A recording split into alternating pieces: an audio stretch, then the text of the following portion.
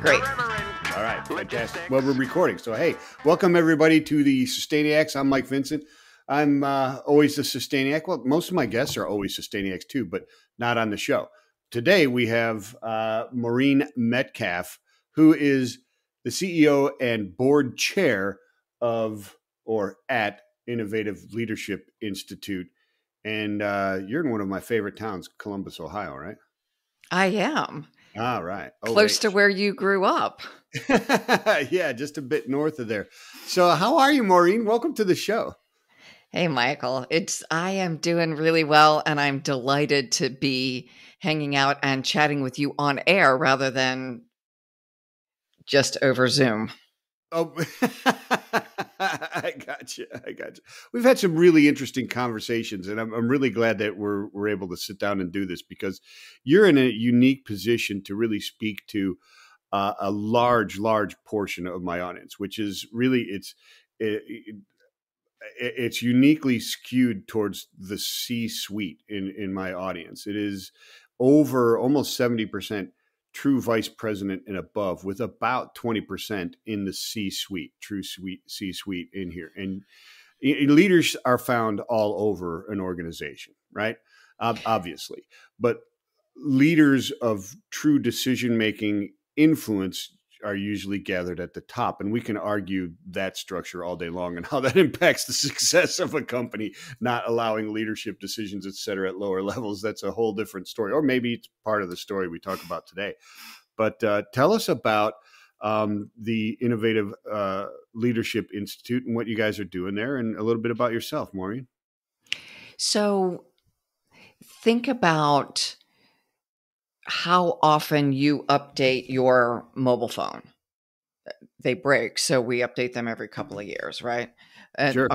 our software is updating consistently. And now that we have AI, it looks like the AI models are updating every 6 months. Yeah. And yet, if we look at our leaders and if we think of their mindset as the software or the algorithms that they make sense of the world with, how often are they updating their actual thinking algorithms, their mindsets? And it's much less frequently than the things that they're thinking about. So over time, their leadership thinking is depreciating. And most of us don't operate with computers that are 10 years old, would be inefficient. Similarly, if my thinking is outdated, it is inefficient and potentially draining value from my organization. Okay, that makes a lot of sense. That makes a lot of sense. But there's so much to keep up with, and there's so much to filter through, right? One would argue, but we can get into those arguments. So that's what the leadership, the Innovative Leadership Institution, that's what you're focused on, is keeping those CEOs and the leaders, teaching them how to stay ahead of things, or teaching them what the topics are that they need to do. From what aspect are you solving that obvious issue? So I would say it's a both. And I would add in the transformation piece. And that's a little bit of what we're going to talk about today is I stay current as a leader in service of continually transforming my organization. So staying current helps me win games, trivia games. Staying current and applying that current mindset to the tasks at hand is what's really required to meet the business challenges or organizational challenges we all face. So we help leaders update their mindset. And when I say leaders, our programs absolutely work with C-level folks, but we do work well into the organization. And we refer to it as kind of a escalator of helping leaders evolve. I got you. That makes a lot of sense. So how did you get into this type of thing? I mean, what was your evolution of your career that said, this is where I need to go? So let me answer a little bit more about your last question, and then I will absolutely. Okay, sure. Please. So we help leaders change their mindsets because often, as I look at leaders and what they stay current on, so if I'm a physician leader, I'm staying current on physician practices. If I'm a technology leader, I'm staying current on technology. So many leaders would say, of course I'm current, but they are current on their field of work, not on Yeah. leadership. And I think that's a very important distinction because many people are reading journals and attending conferences and those things. And yet, if much of your time is spent doing leadership tasks, then the thing that is crucial to stay current on, in addition to your industry, is on the field of leadership. And I think that's a distinction important for any of your listeners to make is, am I staying current in my capacity to lead? So, and I get that. I understand that concept, but there's a lot to unpack there as well. So, I would love to be taking your courses. We could have a lot of really interesting discussions.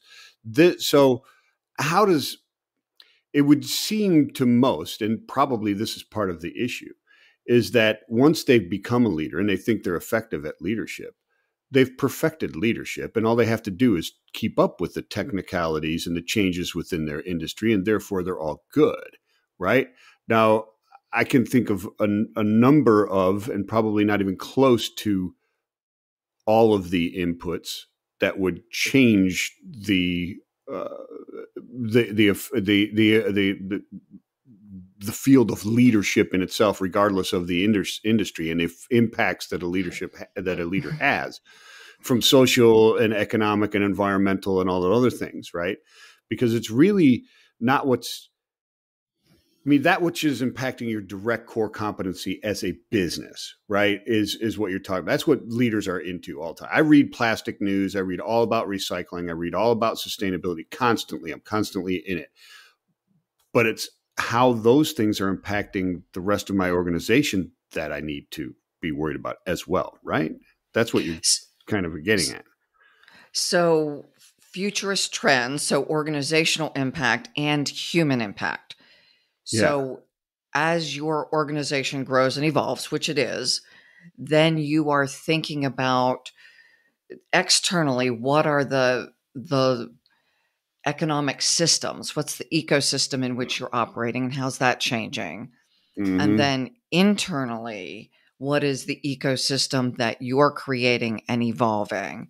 And how do humans, your employees, your consulting partners, any humans you interact with within the business and systems and culture come together? Mm. And at this point in history, we're facing opportunities we never faced, right? You're Yeah. running a relatively small enterprise working across the globe. Yeah. You're right. And outsourcing more, right? I mean, that leads into it as well. And so, how you operate an enterprise has to be different now than it was 5 years ago. And then we add in the challenge of what AI makes available and the risks it provides. So now the complexity of my algorithm has again had to increase because if I think about the systems that run our, and I'm thinking the diagramming systems, not the technology systems, but if I were Mm-hmm. to draw a system process diagram, Mm-hmm. those the number of interactions across the globe have increased. So you've said you're outsourcing probably globally. Yeah. You're you have a number of stakeholders that are different than you would have. And each of them is looking potentially for something slightly different. Now, everyone wants to get paid on time. We've got all the traditional business expectations, but there's a level of complexity and uncertainty. So if we Yeah. think about the continuum of pre-COVID, if I was implementing a computer system, I kind of knew what an ERP does, and we could lay out a plan. Now things never go to plan, but we had a plan and we're Right. pretty close. Then we got COVID, where unplanned, unknowable shock to the system. So Yeah. a black swan. Yep. A white buffalo was born this week, by the way, which is Yeah. also not a swan, it's a buffalo, but It prophecy. was, and there's some, there's some. It fulfilled some prophetic, right? Some prophecies, did it not? It did. Yeah, Yeah. I So saw that. I saw that. That's interesting. So maybe we're ushering a new era. But I see that's what you're saying. I mean, there's all these disruptions, and you can't really plan for a lot of those disruptions, but you have to have your finger on the pulse and be able to understand what's going on. And I mean, you're implying all kinds of things. As we've expanded internationally, things change, right? Your benchmarking numbers are now different. Those traditional things that you and I were talking about earlier. Hey, the stock market's up, therefore the economy's good. Not such so tight a correlation anymore, right? I mean, one could argue that it isn't correlated to our economy at all in many ways, right? But so those traditional things are changing, right? And so not only the topical, but you've got to understand where to look to and how to be sensitive to those changes. Almost a prognosticator, right? You can't predict a black swan, obviously, like COVID. And you can try and prepare for the known or imagined black swans that could occur, but nobody imagined that we would shut down the world and lock everybody inside for 2 years, right? So that sustainable leadership, preparing for those. Go ahead, please. You've got a deep thought, I can tell. so how I respond to these crises now changes. So Yeah, when I had relative predictability, I ran my business a certain way. We did strategic planning. We, all the right. stuff that we've all done. We still need to do that, but I now make decisions differently because what I know, it's clear I know less than I thought I did.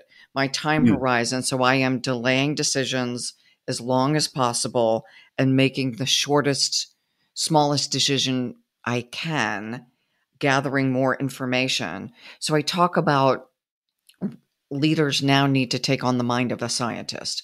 So I have a Mm. hypothesis and I'm continually doing small chunks and testing, Mm. rather than longer. Now, certainly if I'm building a building or making capex investments, I still need to do long-term projections, but it's surprising how many things I can decouple and make smaller decisions, but also understand more comprehensively the system in which I'm operating and the impacts as they ripple through the system. Yeah, yeah, that's interesting. And you said a couple of key words in there that really jarred loose a couple thoughts in my mind. Because when you talk about what you're the topic you're talking about, how do you plan and how do you do this? There's a couple things that come to mind. One, how do you come over? How do you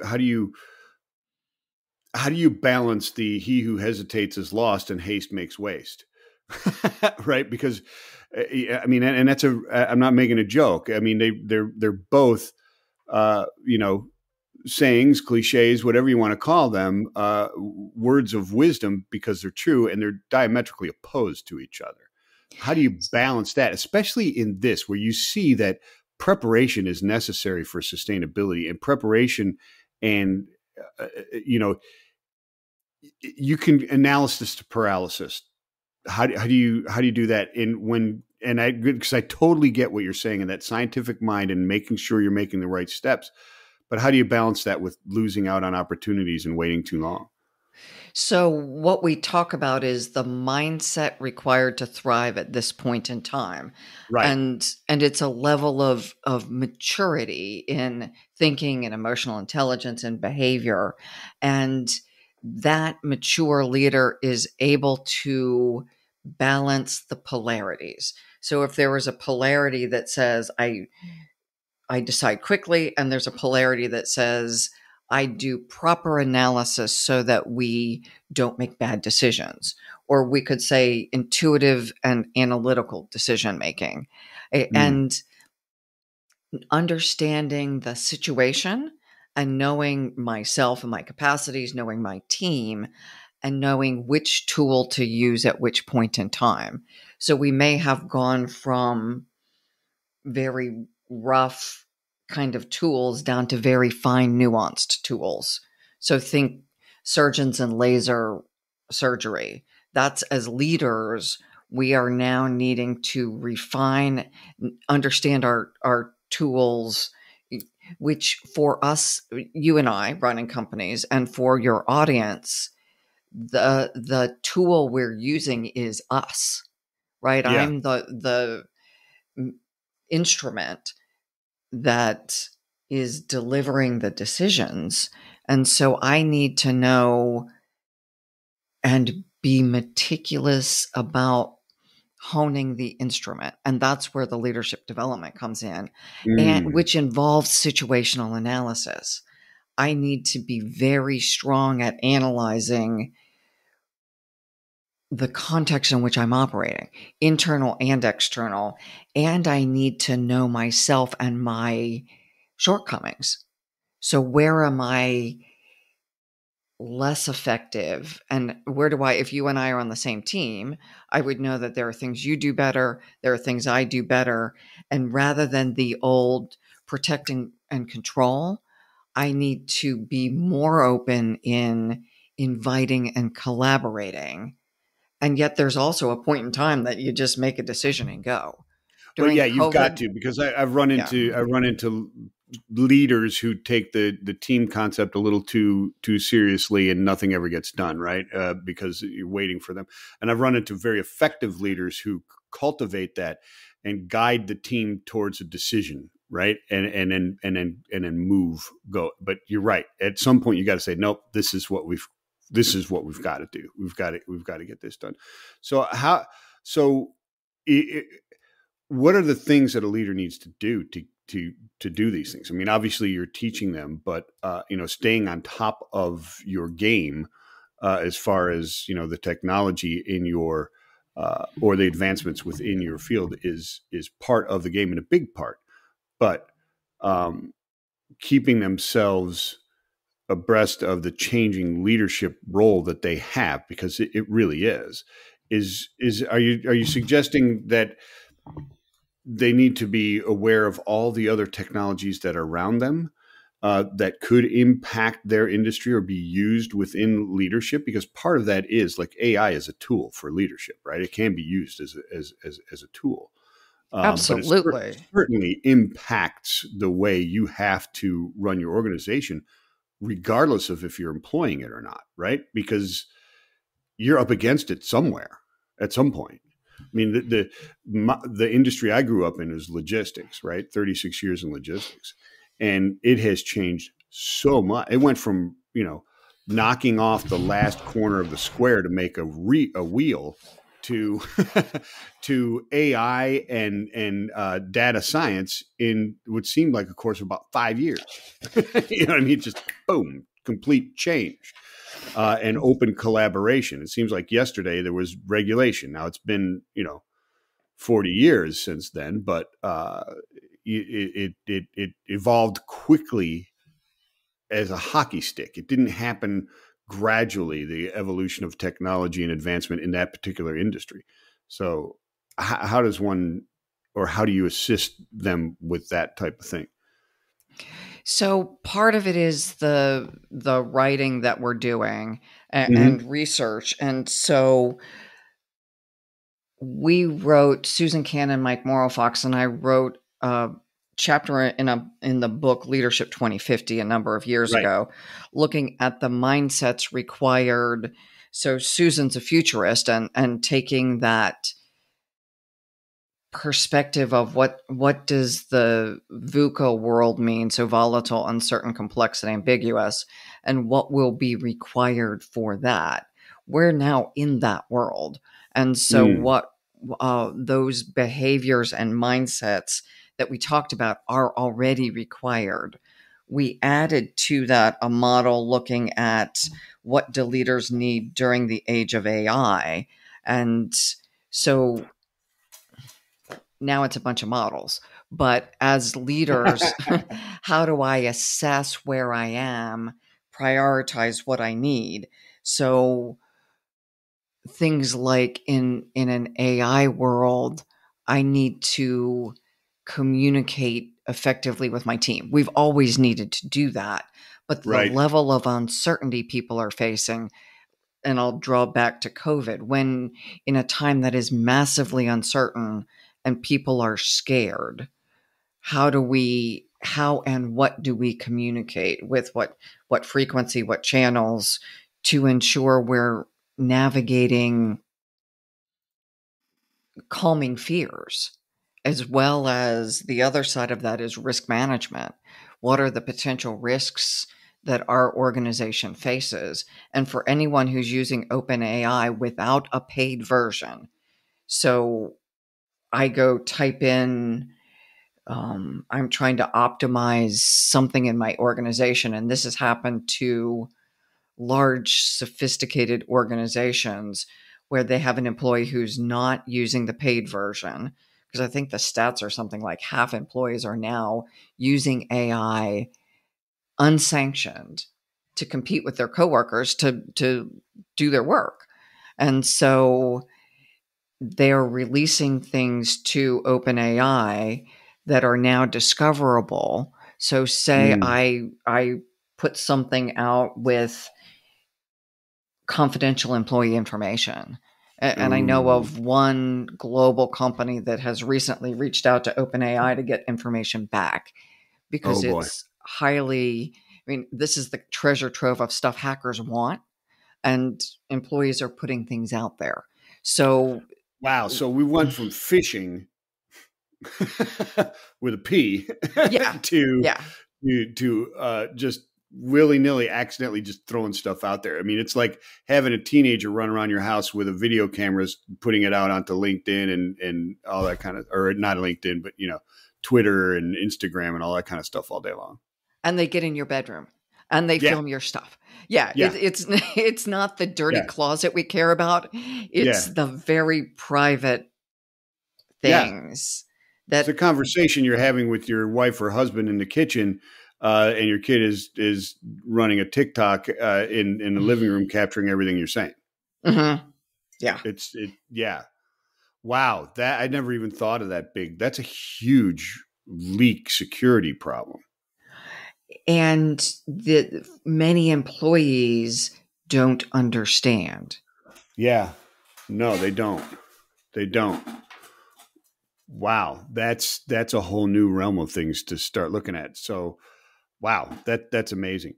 Um, I don't even. I want to transition, but I don't want to transition because what I really want to speak to you starting about is this things have changed, right? I mean, obviously they're changing and they're changing rapidly. That's your whole business and a good one and something that is severely needed. Because we tend to just start, the horse blinders when you first start are like this, and then they start to narrow down, right? And then you're laser focused on what's going on. You're missing all this. Before you know it, you've managed yourself right into oblivion, right? Well, You're gone. and so that's part of the point of this polarities, that I as a leader have to have both the capacity to open the blinders and look around. That's my futurist and trends, and allocating time to stay current on that. And I've got to narrow the blinders, deliver the products that our customers are asking for. I've got to make payroll. All the stuff I had to do before hasn't gotten easier. No. And the aperture also, I have to make time to understand the landscape in which I'm operating and the risks I'm exposed to. Yes, exactly. And risks. Can we speak a bit about the impacts of the current phenomena of the demand for circular economy and how that impacts not only leadership from the operational structure or the schematics of the business, but also the pressure from not the rank and file, but the team, right? As far as attracting the best talent, retaining the best talent, and you're making widgets that you never were concerned about certain aspects of society, et cetera. And now that you've gone global, or you're going more global, or you're changing your infrastructure of vendors, et cetera, you've got to be more sensitive to geopolitical situations around the world and how not only they impact, like I said, your schematic, your infrastructure, your vendors, your supply chain, all of that network is very, very important to maintain viable and efficient structures and movement of inventory, et cetera. But also there's political pressure from this portion of your employees or that portion of your employees that don't like the fact that we're doing business here or in this way or that way. The complexities are massive now. And it just seems like 40 years ago, it wasn't any big deal. We made widgets. All right, fantastic. Do I get weekends off? Perfect. Not the same. And overtime. And now I care about your Israel policy. I care what you think about LGBTQ rights. I care about abortion. And there are such a range of policies. One of my colleagues, and I like this stance, has said our company will not take a political stance. Right. And because of that, our employees are free to take whatever stance they choose. But as soon as I take a stance, say I am pro-choice, then people who work for me who may not share that view may choose not to work for me. Yeah. So have I now reduced my employee pool? And then add, I'm a Trump fan or I'm not a Trump fan. That's reduced my employee pool. Either way. Again, at some point, my pool, I'm now swimming in a baby pool, not the ocean. And so I think while I personally have very strong views, some of our clients have very opposing views. And it's not my view, and I know others hold this very strongly, that for us to focus on the needs of our clients, my political stance is not relevant, and yet I have to be sensitive. So I was in a board conversation recently. There was post Gaza war, there was someone from Israel who happened to be sitting there in the country. There was someone else who was of Middle East origin. And so one having the view one would expect of pro-Israel, the other one having the opposing view, we're being annihilated.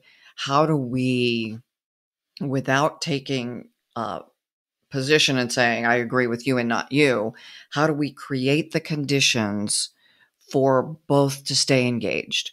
Because the conversation without a critical voice, while it is easier, it is far less effective. So there is something about creating conditions where opposing views can, and people holding those views can feel respected to have a voice, and the rest of the organization, and in this case a board conversation, can hold that tension and conflict, because in global organizations we have to. You have to in many places. I mean, it almost seems like you have to ignore your part of your being, your ethos, your morals, your strong rooted beliefs, in order for the business. I mean, do you have to give up some sort of to do that? I mean, it seems impossible is what I'm trying to say. I don't ignore my morals, but I act as an individual citizen, not as a company. And each Gotcha. of my employees can act as an individual citizen. What I don't Mm. want particularly is to wear a logo shirt to a demonstration. I would really rather not have my face on the news bashing someone over the head with a sign, protest sign. I noticed you took that video down. No, I'm just kidding. Well, You were and the one in the back going, down with protest, down with protest. well, and so when the Black Lives Matter protests were happening here, I reached out to several of my Black friends and said, how are you? And these are executives. How are you dealing with this? Are you protesting? What are you doing? And the best feedback I got was use your podcast as a platform to be constructive, Yeah. to be informative, for people to be who are curious to learn, not to advocate, to share information so people can be more informed about the complexities of the situation they're protesting about. Yeah. So how do you? I mean, there's a lot of, and there's a lot there, because I mean, you can get in trouble just by stating the facts, right? Because people are so ingrained in their beliefs that they will ignore facts to somehow internally, consciously, subconsciously support what their preconceived notions, right? They'll just pretend, oh, that's fake. That didn't really actually happen. Those, whatever it happens to be. But I don't want to get too deep into that type of stuff. But how it impacts leaders is very, very important. I'm really, I'm very active on LinkedIn and social media, et cetera. I'm a podcaster. You're a podcaster. We do this stuff. We're constantly in tune with what people are thinking and looking at. It appears to me, and it has happened over the years. There's a cycle that's called, the presidential elections. I don't know if you're aware. It happens about every 4 years, give or take. And but it seems to me that leaders that are out there, people get more and more bold on their statements in social media, and these are people that are, they're leaders. Or they're sales leaders. They may not be CEO, but they're certainly people who have a large following and a large group of book of business, and they're making statements out there about certain things that are very, very important, but they're on a business medium doing it, right? How do you coach people around that? Because people are very, very passionate. And like I said, some people, they're not going to remove themselves and say, look, this is my business life. This is my social and world citizen life, right? And I get where people are saying, let's use the election on both sides, saying this is the most important election in our history. We can't let one old guy or the other old guy win. In this case, Yeah, I mean, I was watching the news, and they're really like, "Hey, this is really what's come down." The numbers show that everybody's just thinking, "Well, you know what? How about none of the above?" Remember Brewster's Millions?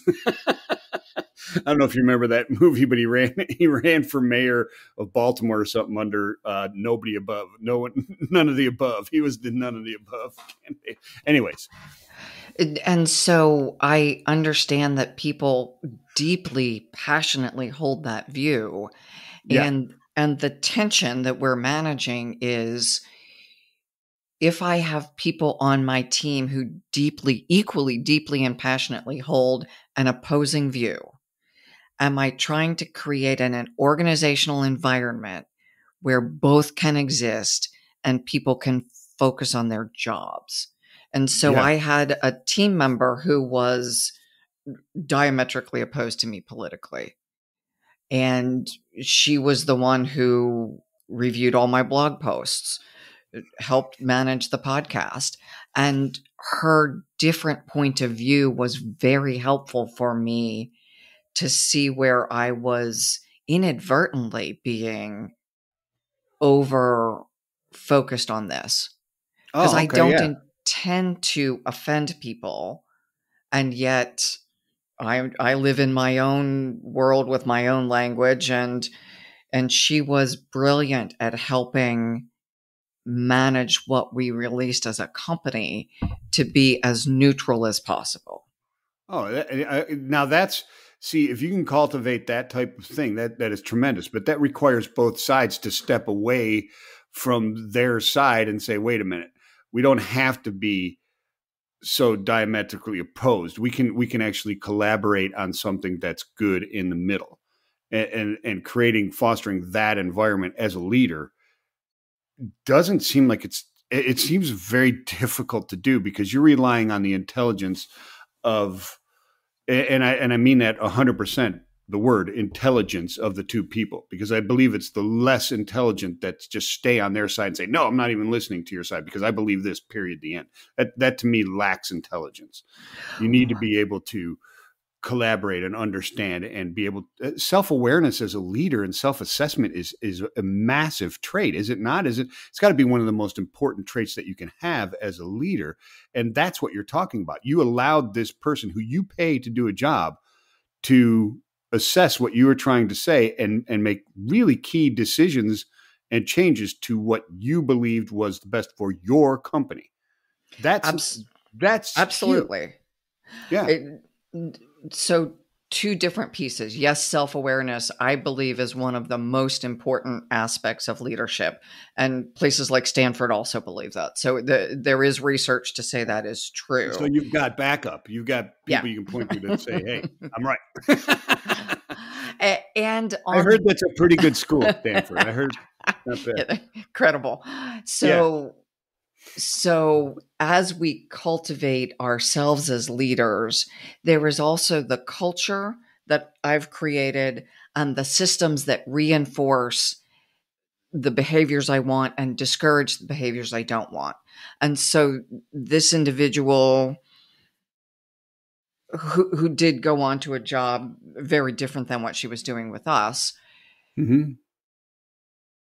One, her deeply held beliefs caused her to choose to evaluate what I was doing. And I saw great value in that. Not that we didn't have some fairly tricky conversations, but that's the bit about collaboration, that whether it's on this topic of political statements and how we go to market, or whether it's on how we navigate the circular economy, I'm going to be working with people who have scientists who are looking at a different side of the equation and how to optimize a process. Different points of view that we have to have as leaders, the ability to, again, create the conditions for different perspectives. And then I have to come to it with creativity and with grace. Yeah, and that's a very impactful use of the word grace. It really is. The last time I heard it so impactfully used was during a discussion about blockchain and the notion of digital passports, and being able to know a driver specifically is driving history for logistics and insurance and stuff like that. And one of the panel members said very little during this hour-long discussion, but the one thing he did say that gave pause to the entire room of 500 plus people was, he said, but what about grace? And everybody understood exactly what he meant. But and what you're saying is very, very it's very important. It's very, very difficult to do. Does it cause the intentional culture shift to have opposing views in order to make sure your organization is doing the best that it can do? I mean, in other words, I always say, if there's two people in a room and they agree, one of them's superfluous, right? Is there something to that in building your team? I think there is, and our team is relatively small, and we're now fairly aligned. And so outside of my core team, I have to find those voices that disagree with me. and one of them's on my board now. Yeah. So I do find advisors who hold as deeply in their views the view opposite of what I hold. Yeah. And I pick the smartest people who will talk to me and try to understand. It really is back to the Covey seek to understand piece. Why does this smart person see something differently than I do? And what do I need to take on board Yeah. so I can self-awareness? What are my blind spots? Yeah, and go seek those out, right? You in other words, you don't want a bunch of yes men working for you. That doesn't do anybody good, right? It makes life easier.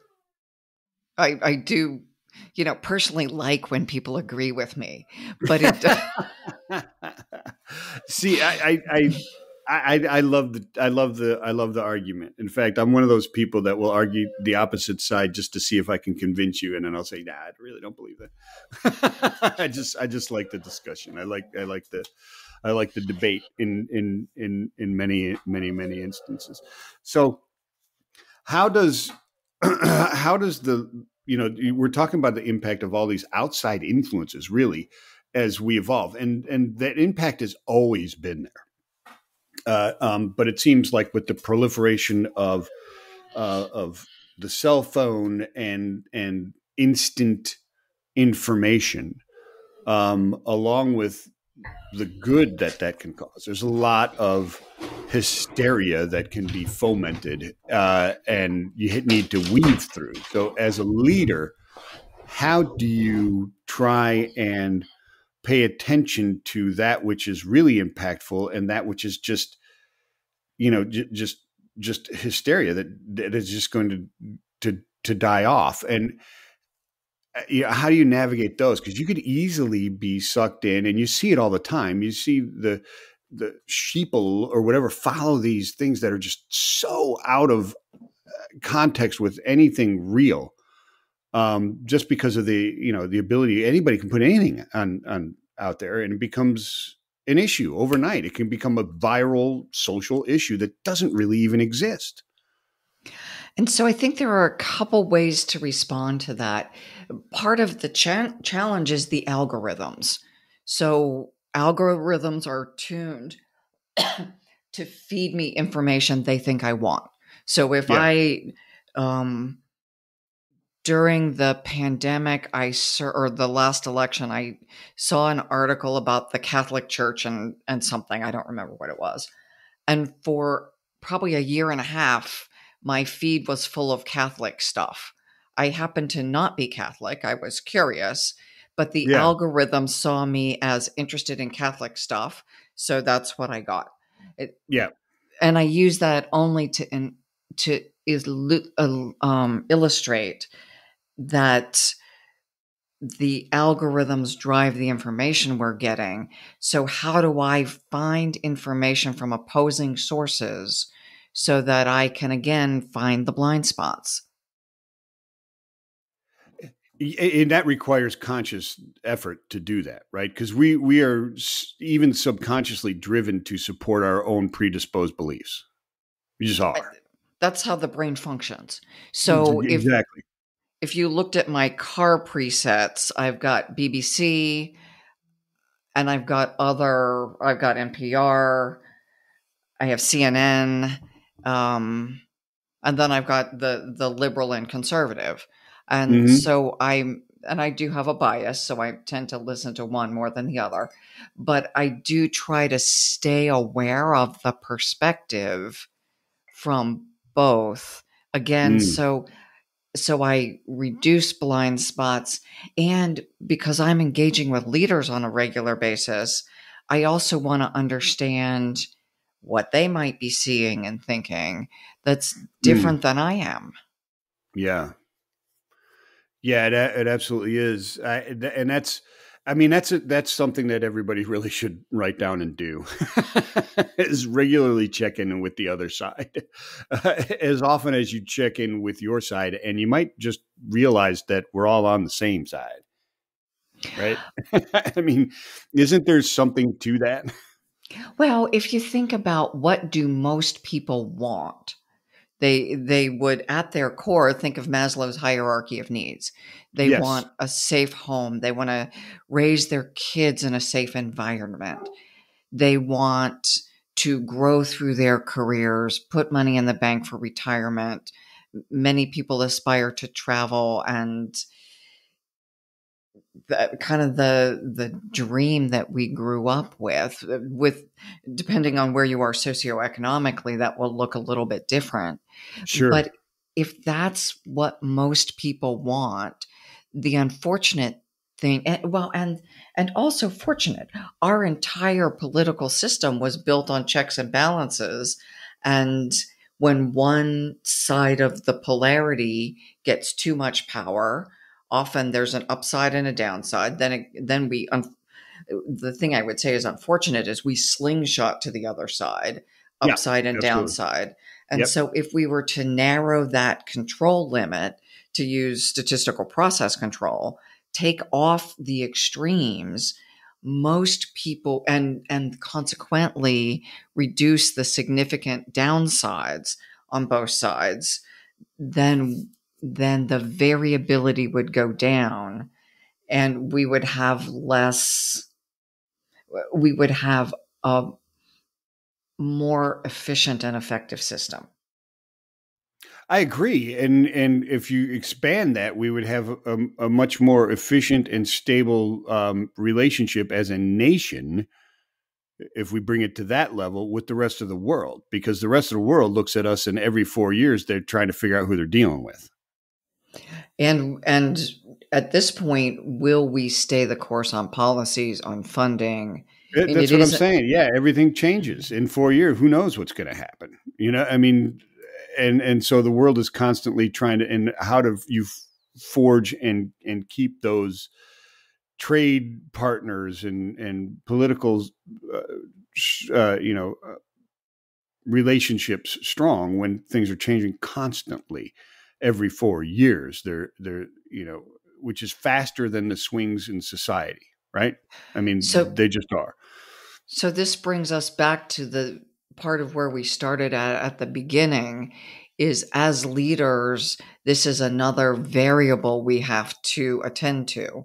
There was an Yeah, attempted coup in Bolivia yesterday. There are violent protests in Kenya. yeah. And you can go down the list, and that was on the news. That was just this morning's news. We are in an interconnected world where we have a virtual assistant in Kenya. You have people around the world where in the past we may not have cared what happened in those countries. And now their political discord is impacting our businesses. A I hundred mean, percent. Yeah. Because of outsourcing and just it is not even the phenomena of outsourcing like back office work and stuff like that, which goes on a lot in transportation industry. It probably happens in a lot of different uh, industries, but it's just the spread of business, like we talked about. It's the reason that the stock market doesn't truly reflect our economy anymore, is because we are truly going global, and you have to worry about all these things that are out there. And the danger that I see in there is one of the dangers that I see in there is there's examples of it all over the place. We're still a bunch of kids in a sandbox yelling for mom that they took my toy, or they have more sand than I do, or that person's looking at me. You have North Korea flying human feces and garbage on balloons and dropping it on South Korea.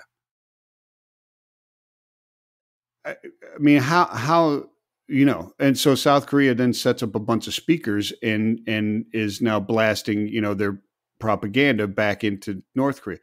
Uh, have I mean, can we really navigate all this stuff when we're doing this kind of thing as a world? I think of a phrase one of my clients used yesterday, that I think is helpful, is in many cases we just have to work through the noise. Yeah, So how do I balance staying current with trends? And I listen to trend experts. I do Yeah. also do my own trends. But I I spend quiet time every day meditating. I'm a yoga fanatic. And I do that because I can get so drawn into the external events in the world Yeah. that I am my nervous system is on edge all the time. So I need to have a mechanism as a person in a human body. The the physiology needs to have still and away from the chaos.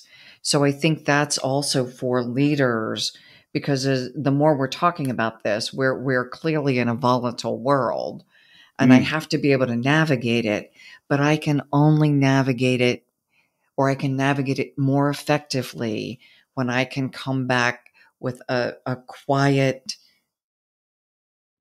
mind. So I think of a pond in the morning or a body of water, a lake, what it looks like when the sun comes up versus what it looks Mm. like after water skiers and boats and things go by. So I am more effective at that as that still pond than I am sitting in a life jacket or a floating around in the water after boats go by. I'm being Yeah. tossed about, and the quality of my decisions, if I go an extended period of time with that chaos, I can lose my and we talked earlier about the fine tuning and nuance that I need to consider. And if I were on the Korean border listening to loudspeakers, just like when people are being tortured and they put them in an environment with loud music nonstop, Yeah. that impacts their nervous system. Equally, I can have some control over my non-work time and how do I nurture a calm nervous system because that's the only way I know or the most efficient way I understand to return me to my highest ability to make sound decisions. And frankly, that's one of the most important things leaders do is think and decide. Yeah, so I mean, it sounds, and I agree with you 100% that you're a strong advocate for, mental health through physical health as well, and the relationship between really all that is physical and mental is very, very, very, very strong and very, very relevant to all of us. Is that accurate? Yeah, absolutely, because if we think about the the impact our brain has on our nervous system and our nervous system has on our body, which then cycles back to the brain. And so if Mm. I am hungry, exhausted, overwhelmed, I am going to make less effective decisions. Mm. If I'm in fight and flight mode and I think of driving to a client's meeting, I was guilty of looking at my phone during a traffic stop. I bumped into someone ahead of me. It was a small bump. I wasn't going 70 miles an hour. I was like 1 mile an hour, but it still impacted my car. Fortunately, his not impacted. But the fight Mm. and flight thing kicks in, and my nervous system is now in overdrive. And then I Yeah. walk in to teach a class. I am less effective when my nervous system is in overdrive. And that happens every time I inject thoughts that are cause me stress. So Right. I can continually inject cortisol and adrenaline into my body through my thought process. And it takes hours for that to work its way through. So managing my thinking, so the mindfulness piece is one of the levers that most of us have the greatest amount of control over. I may not be able But to don't control, practice. but no, it's Right. It's there for everybody to pull, but you don't meet a ton of people who pull that lever. I personally do. I agree with everything that you're saying. And I'm very, very similar. I don't do the yoga. I do other type of exercises, et cetera. But I do meditate and I do those things. And you liken it to smoothing out a lake, which is very interesting to me. I liken it to my desk is just full of files and they're all over the place and I'm typing and then I put everything right back into everything's nice and organized again. And now I know where everything is and I'm all good and calm and ready to rock and roll again. Right. Well, and the other analogy I would use for people who exercise, after you don't exercise for a few days, you get a little twitchy. Yes, you do. Are you doing the same thing for your brain that you're doing for your body? And that's building the capacity to focus. Yeah. Mindfulness and meditation give us the capacity to increase our focus. So again, when I need to, I can marshal my mental power to work through issues and come to the best possible decisions. That only happens through practice. It only happens through practice, but it gives you that ability to instantly, when you're in a meeting, to be able to take an opposing view and process it in an efficient and logical manner rather than responding emotionally. And like you said, it's like you're getting hit by a wave and now you're trying to keep yourself afloat instead of riding that wave and saying, okay, wait a minute, where is this going to go? Oh, this is actually a better place. Right. And maybe parts of that are better. Right. I mean, that's the mindfulness practice gives you that. Absolutely agreed. And as I'm listening to someone with an opposing point of view, there's the initial, what an idiot. That's not, that can't be true. I have to suspend that reaction, right? And say, okay, what am I missing? Which takes energy. It takes a lot of energy to look inside and say, I'm going to suspend something I hold deeply to engage in a conversation that makes me anxious, makes me physically anxious to hear that you have a point of view so opposed to mine that I would prefer to leave the room. And instead, I have to listen and inquire. So, we talked about self-awareness and self-assessment and mindfulness, et cetera, and the ability to utilize that. At the core of that, and maybe I'm off, but I'm just having a discussion, but at the core of that, isn't it humility?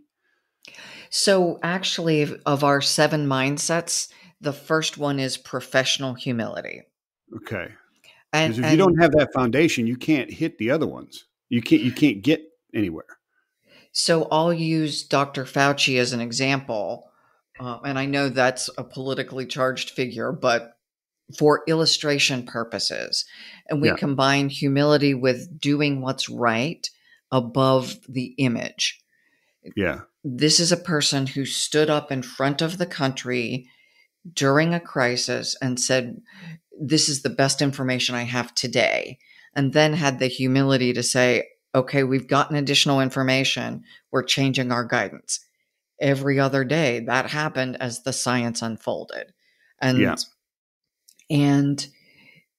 in opposition to a president who was being unkind at best. So whether or not you like him or like how he handled it, he stood up on national TV or international TV, gave guidance, and that's that bit of you give the smallest amount of information at the latest amount of time. So we're giving guidance and realizing we don't have enough information, but doing nothing isn't an option. So we're going to do something. And then when we get more data next week, we're going to report out what we've learned and revise our guidance. And then again next week, and then again next week. And then post-mortem, and in some cases actually autopsying bodies, but from an organizational perspective, after a thing happens, Yeah. doing a after action report. That's a better word. After action, I then evaluate the impact of shutdown. Catastrophic for kids, but they're alive. So what did we learn? How would we do it differently next time? That is probably the biggest situation we've faced, where we look at leaders having to go back to these kind of North Star behaviors of Yeah. humility, unwavering commitment to right action. Couple that with 360-degree thinking, having a systemic view of not just my organization, but the interconnected organizations and the entire country in this case, and globally. Intellectually versatile, having a broad range of interests, because being too singularly focused, I'm not going to make the best decisions. And then coming Mm. to your self-awareness, highly authentic and reflective. And by authentic, I do not mean share every thought that comes in my head. You still need a filter. You still need a filter. You still need a filter. And there's a difference between what you just described and constant knee-jerk reactions that destroy everything. there's Yeah. a difference, right? You Yeah. have to have the right filter and the right mindset to understand when that approach is what is necessary, as opposed to knee-jerk reactions all over the place, right? And so these travel together. The other two are able to inspire followership. So if I'm a complete goofball, people will probably not follow me. And then we bring back in collaboration. But collaboration links to humility, links to 360-degree thinking. It's hard to collaborate if I'm so narrow and close-minded. So when you bring in the 360-degree thinking, and when you talk about, okay, the impacts of decisions, right? So you're kind of performing this forensic study on what happened a month ago or a year ago, whatever happened there. There's the ability to do that without being, to coin a phrase, a Monday morning quarterback or pointing fingers, etc., is really important, right? I mean, whether it's warranted or not. I liken it to a story, and I forget the names of the characters, but IBM poo-pooed the personal computer, said, "Nah, it's never going to work," right? And the commercial solutions officer who made that decision resigned, and his resignation was rescinded or not accepted, because the answer was, "We just spent hundreds of millions of dollars teaching you a lesson. Why would I fire you?" Right? There's a bit of that needs to be in the leader as well, right? I mean, Monday morning quarterbacking and blame is not how you analyze and kind of validate or devalidate impacts and trends in your because that's important too. You got to be looking forward as well, but you have to validate, were we successful because of what we did, or was it accidental? Did we fail because of something we did, or was it external things that we should have been looking at, and what were those, right? So and you need to be able to do that in a way where the team is not threatened that, oh my gosh, she's going to discover that I make it, or she is going to discover I made a mistake and I'm out of here. It needs to be a training exercise, right? Not a witch hunt. Agreed. So that's the learning organization construct. Says we look at our cycles, our structure. What can we learn? How do we change how we do business or how we think? But this goes back to grace. If I apply what I know now to what Dr. Fauci did on day 2, obviously I'm going to see it differently, but I've got to transport myself back to, what did we know on day 2? People were dying. We didn't know at what rate. We didn't know what caused it. We didn't know to some degree how it was spreading, masks, no mask, all those questions. I can't rewind and hold the current information. The organization that does this very well is the military. The after action report, they'll go back and evaluate a situation, and it's a learning exercise. And I assume Yeah. sports teams do as well. You watch Sure. the films after, Absolutely. and you update the playbook. Mm-hmm. It's in essence, it's that fairly foundational concept of, after every game, it just happens to be not a game. It's, how is my business functioning or my organization functioning? I Yeah. watch the films. I evaluate what I did well, what I did poorly, what can I learn, how do we change the plays?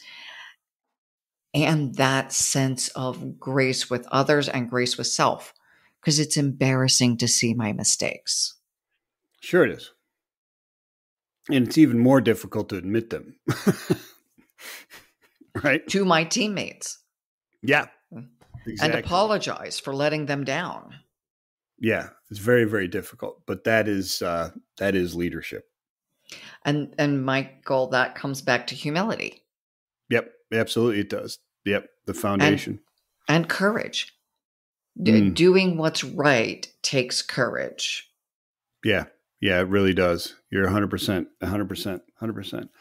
So we've taken up a lot of your very valuable time, and this information has been fantastic. This is like a PhD course. So, hey, we've taken up an hour and 6 minutes, and it's worth a lot of money per minute to listen to you talk. Great advice, and I'd liken this to a PhD course. There's been a lot of great information. I appreciate that. So I'll leave the last kind of thoughts to everybody out there that you want to import, and who and how do they reach out to you? So at a point in time where the world is accelerating in the pace of change, and the impact is more significant in many cases, as we're watching the climate impacts unfold in front of our eyes, and the geopolitical, being an effective leader is crucial, because we are often the biggest leverage point for the many human people that count on us, and the systems that use the result of our work. So I encourage people to continue to grow and learn and improve, and be present to the impact they're making, because what they do matters. Absolutely. Yeah. Fantastic. That's fantastic. Thank you. So you can reach me either innovativeleadershipinstitute.com. I'm on LinkedIn as Maureen Metcalf. There's a contact form on the website if you want to reach me specifically. You can message me on LinkedIn. I'm a little slower on LinkedIn in responding to messages, but I am seemingly easily accessible on either LinkedIn, my website. You're going to have show notes as well. Yeah, absolutely. Hey, listen, I got in touch with you, so you're pretty easily accessible. If I can find her, you guys can find her. I'm telling you, it's not that hard. Well, and if for some reason I don't respond, reach out again. I try to be militantly responsive, but there are just things go to spam. LinkedIn messages get overwhelmed. So I don't purposefully ignore people unless you're trying to sell me stuff. Yeah, absolutely. I can't tell you how many times I've responded to LinkedIn posts that I just saw that are like 6 months old. I'm like, wait a minute, how did I just get this in my feed? How did this happen?